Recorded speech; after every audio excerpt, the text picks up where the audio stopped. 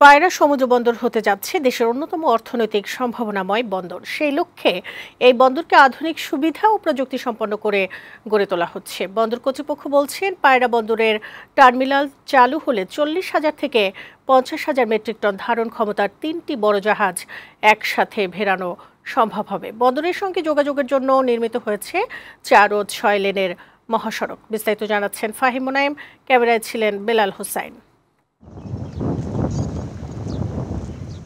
পটুয়াখালী জেলার কলাপাড়া উপজেলার নিভৃত পল্লীর পতিত জলাভূমিতে 2013 সালে শুরু হয়েছিল পায়রা সমুদ্র বন্দর নির্মাণের কাজ। তখনও এই এলাকার মানুষ জানতেন না পতিত জলাভূমি একযুগে হয়ে উঠবে এমন জৌলুসের শহর।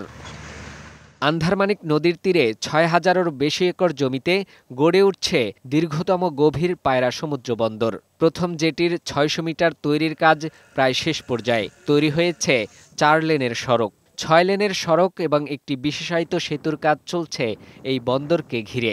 আংশিক চালু হওয়া পায়রা সমুদ্র বন্দর বদলে দিচ্ছে পিছিয়ে থাকা উপকূলীয় দক্ষিণের জনপদ। পায়রা বন্দরের সাথে ঢাকা কুয়াকাটা মহাসড়কের সংযোগ স্থাপনের জন্য একটি 6 লেন ব্রিজ এবং একটি আন্ধারমানিক ব্রিজের কাজ ইতিমধ্যে চলমান আছে।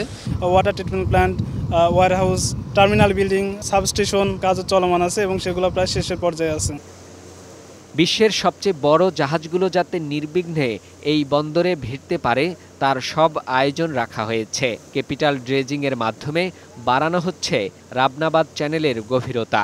1 নম্বর জেটি চালু হলে 40,000 থেকে 50,000 মেট্রিক টন পণ্যবাহী বড় 3টি জাহাজ একসাথে এখানে ভিড়তে পারবে। ভবিষ্যৎ 50 বছরের পরিকল্পনা বিবেচনা করে ইন্টারন্যাশনাল স্ট্যান্ডার্ডে সারা পৃথিবীতে যেরকম স্ট্যান্ডার্ড মেনটেন করা হয় আমরা সেই স্ট্যান্ডার্ডে তৈরি করতেছি, যাতে এখানে আমরা ইজিলি খুব ভালোভাবে জাহাজ হ্যান্ডেল করতে পারি এবং আমরা স্থায়িত্বের বিষয়টা এবং টেকনিক্যাল বিষয়টা বিবেচনা করা হয়েছে ভালোভাবে। ক্যাপিটাল ড্রেজিং করে আমরা 4 থেকে 5 মিটার থেকে 9.5 এবং 10 মিটার গভীরতার যে চ্যানেল সৃষ্টি করেছি, এটা অন্যান্য পোর্টের চাইতে অনেক বেশি আধুনিক হিসেবে এবং আমাদের যে জাতীয় চাহিদা, এই চাহিদার সাথে তাল মিলিয়ে আন্তর্জাতিক ব্যবসা বাণিজ্য বৃদ্ধিতে সহায়ক হবে।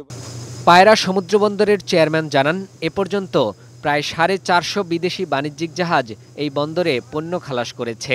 এতে রাজস্ব আয় হয়েছে 1000 কোটি টাকার বেশি। পায়রা বন্দর পুরোপুরি চালু হলে সড়ক ও নদীপথে সহজে কম সময়ে পণ্য বরিশাল ও ঢাকায় নেওয়া যাবে। আমরা ব্রিজ আশা করছি 2026 সালের ফেব্রুয়ারি নাগাদ শেষ হবে।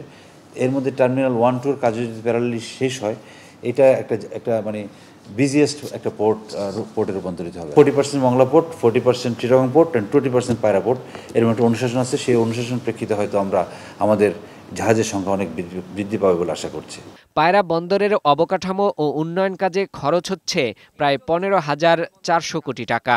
এই বন্দর থেকে বছরে 1,000 কোটি টাকারও বেশি রাজস্ব আয় সম্ভব হবে বলে জানান বন্দর কর্তৃপক্ষ।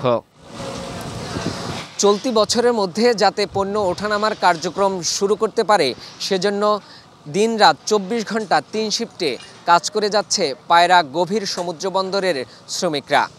এটি যদি চালু হয় তাহলে বাংলাদেশের মধ্যে একমাত্র স্মার্ট গভীর সমুদ্র বন্দর হবে পায়রা সমুদ্র বন্দর।